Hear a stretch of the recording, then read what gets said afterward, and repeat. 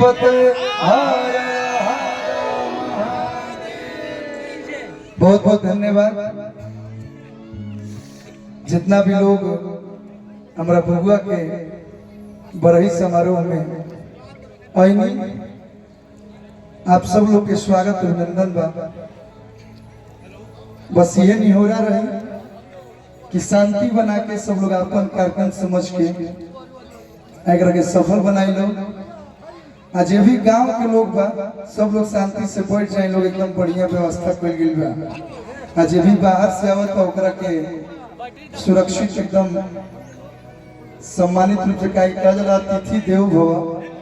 तो जे भी बाहर से आवत ओकरा के अपन समझ के बढ़िया से बैठा के कार्यक्रम के सफल बनाई लो। और रंजीत सिंह जी, एक बार जोरदार ताली रंजीत भाई खातिर बजा दी हम लोग, जोरदार ताली। हमारे बक्सर जिला के भोजपुर निवासी भाई आइए, बहुत बहुत धन्यवाद भाई।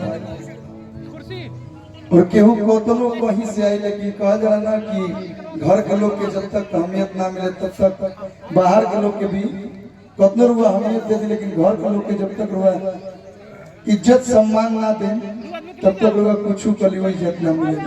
रंजीत भाई के बहुत बहुत धन्यवाद। और हम चाहते नहीं कि रोवे से शुरुआत होके और जितना भी अतिथि लोग आए वाले लोग सब लोग के बहुत बहुत धन्यवाद। हमारे जितना यूट्यूबर भाई वाह बहुत बहुत धन्यवाद। सब लोग के बहुत बहुत स्वागत। हमारा गांव में आप सब लोग के स्वागत बा। अब रंजीत भाई शुरू कीजिए, आपसे शुरुआत, इसके बाद प्रेम से गंगेश्वर महादेव की।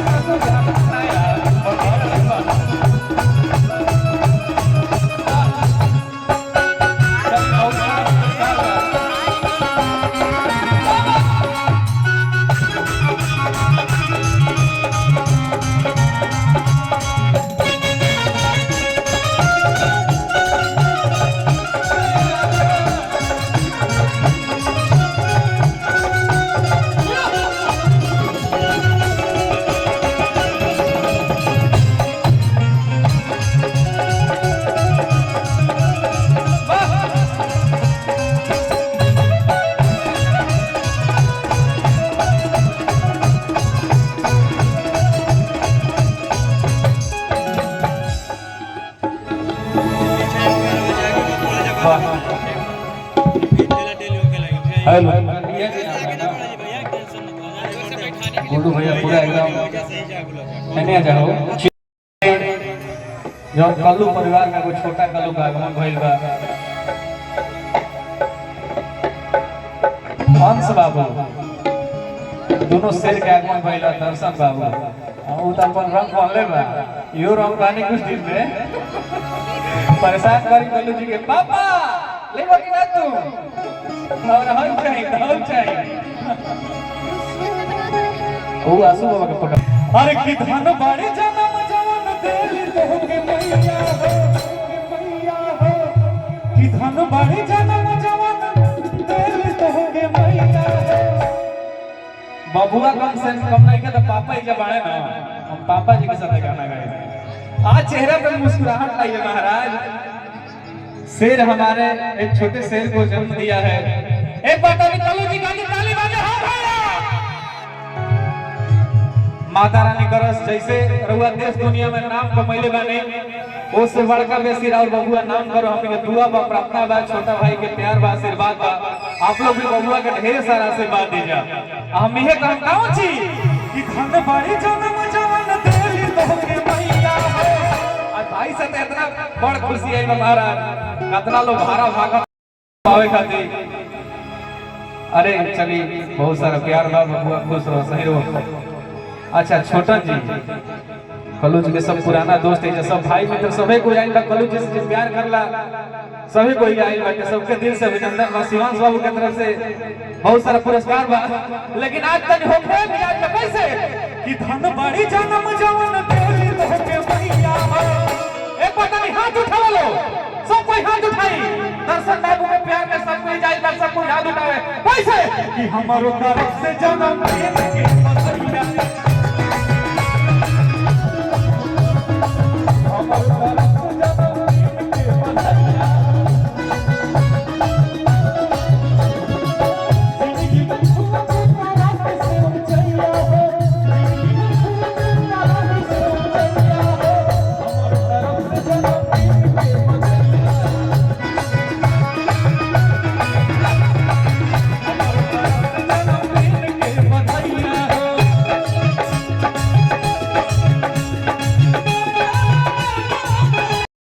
बबुआ पास नहीं प्यार दुलार लुटौले नहीं जा नाना जी लोग पास हो।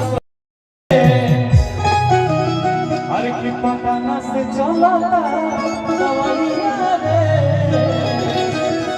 अरे की पटाना से चला दवाइया रे बोलो भैया दुनिया के म्यूजिक के साथ 1 2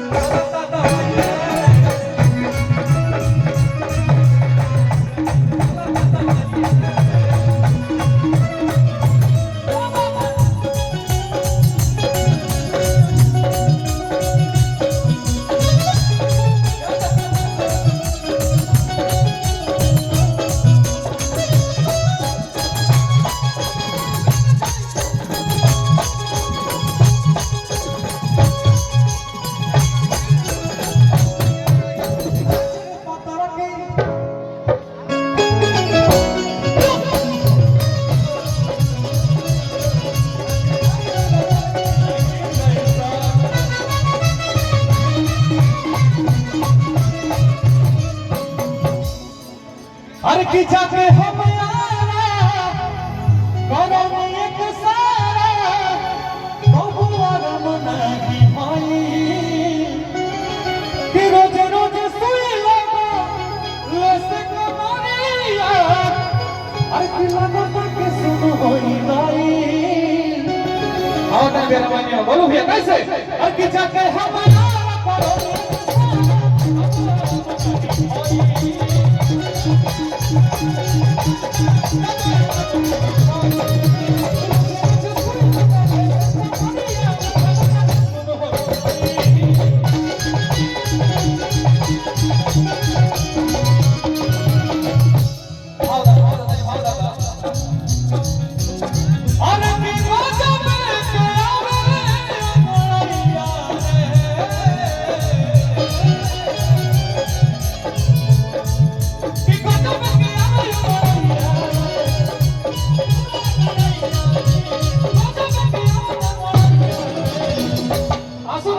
डॉक्टर बक्सरों में बढ़िया बढ़िया बैठे लगला आए अरौलियों में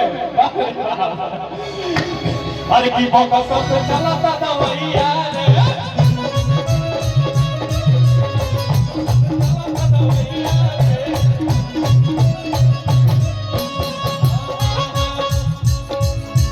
हां हां हां हां दिल लगा के धोखा करे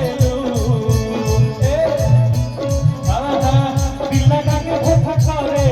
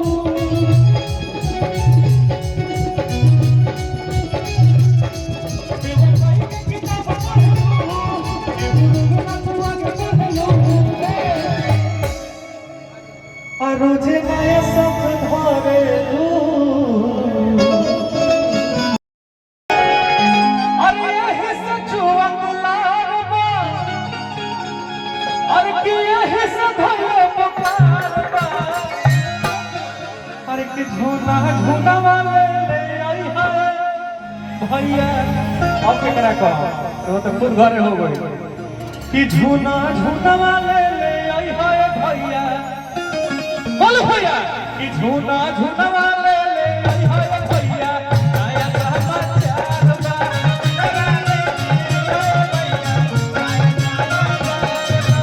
मुझी के मन पर है खटाई से छुअत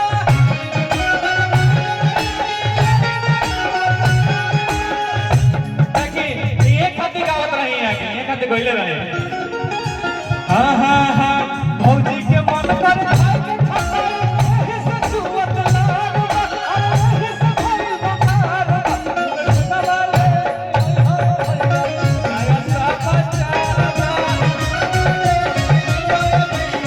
नया समाचार